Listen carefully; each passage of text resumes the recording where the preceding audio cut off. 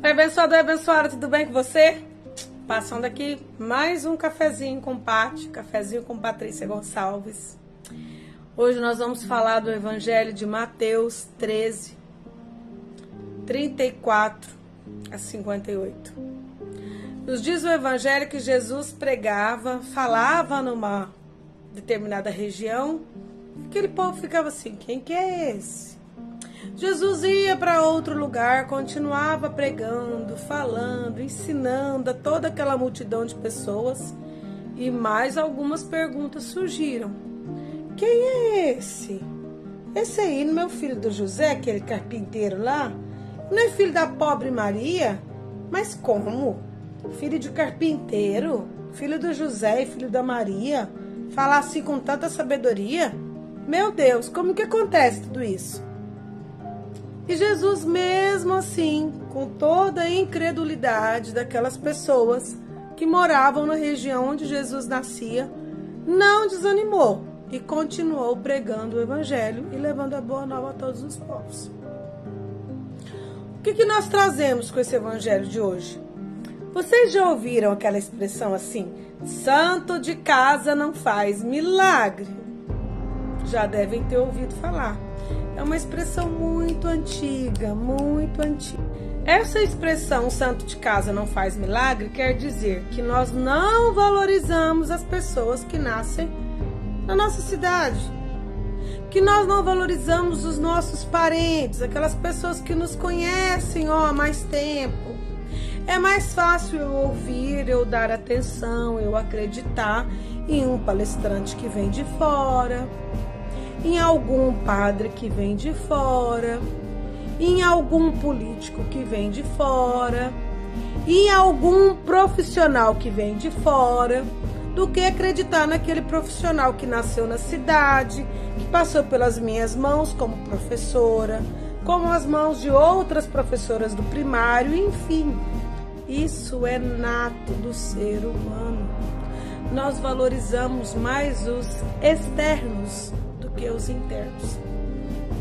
E além de não valorizar naquela época, os discípulos tinham uma certa inveja, porque eles pensavam assim, como que uma pessoa tão simples, filho de um mero carpinteiro, sabe falar tão bonito, tem tanta inteligência, tem tanta sabedoria?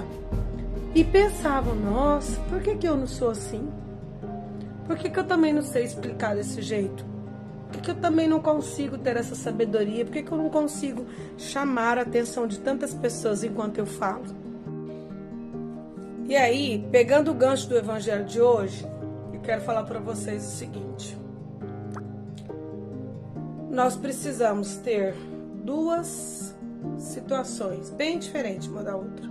Primeiro, a coragem de Jesus e a obediência de Jesus.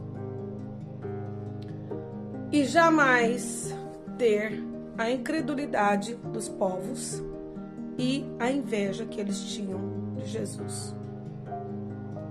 Eles diminuíam Jesus por ser filho de carpinteiro.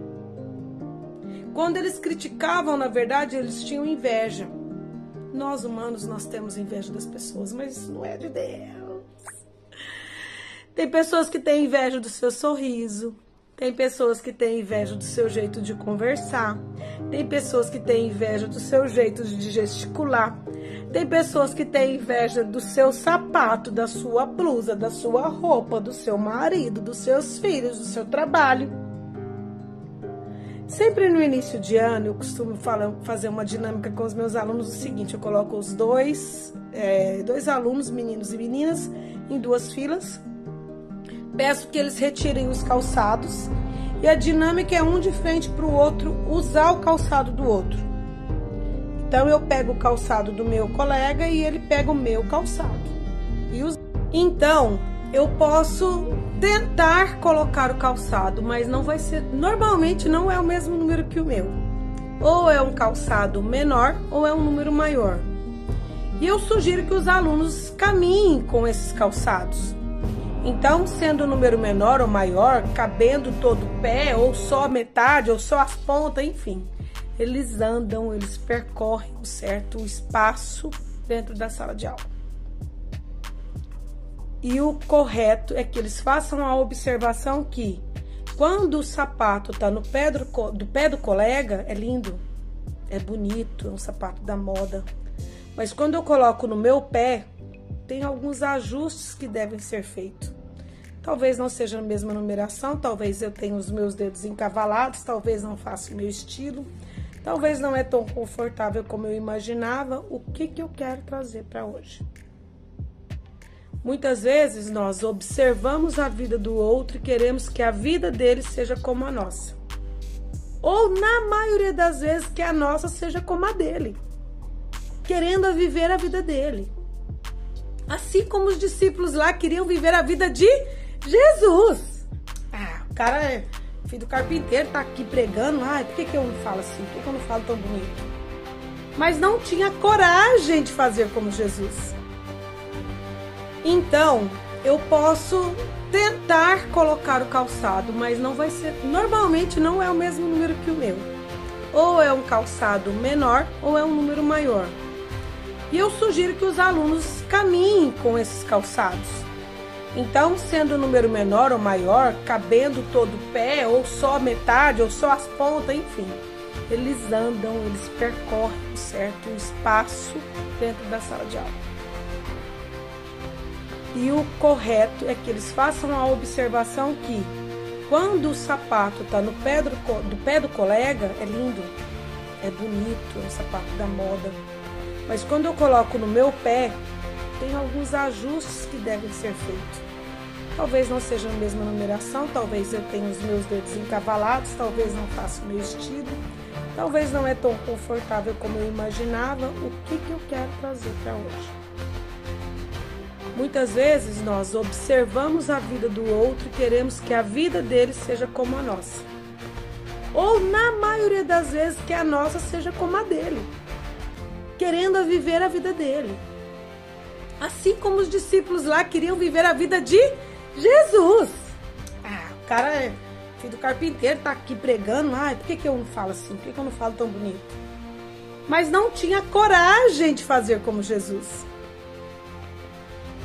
Não tinham a coragem de fazer como Jesus, de andar pregando, sem se importar se estava falando correto ou não. Mas ele foi obediente a Deus. Hoje nós somos, muitas vezes, desobedientes, invejosos, interesseiros. Muitas vezes nós não temos a coragem de seguir o chamado de Deus, seja numa missão, seja numa tarefa na igreja, seja numa limpeza de um templo, do culto, seja ajudar o pastor, ajudar o padre, fazer uma leitura, fazer uma prece. Nos falta coragem. Mas, na grande parte, não falta inveja. Não falta língua quente para falar. Então, eu desejo que o evangelho de hoje te motive a desprezar e retirar de você toda e qualquer inveja das coisas mais simples, as mais grandiosas. Mas principalmente que você tenha coragem de levar a palavra de Deus onde você vai. Do seu jeito, com a sua particularidade, com a sua essência. Sem se tornar algo, meu Deus, eu preciso estar pronto para fazer. Não! Quem precisa estar pronto para fazer algo, nunca faça. Faça o que você tem que fazer com como você está hoje.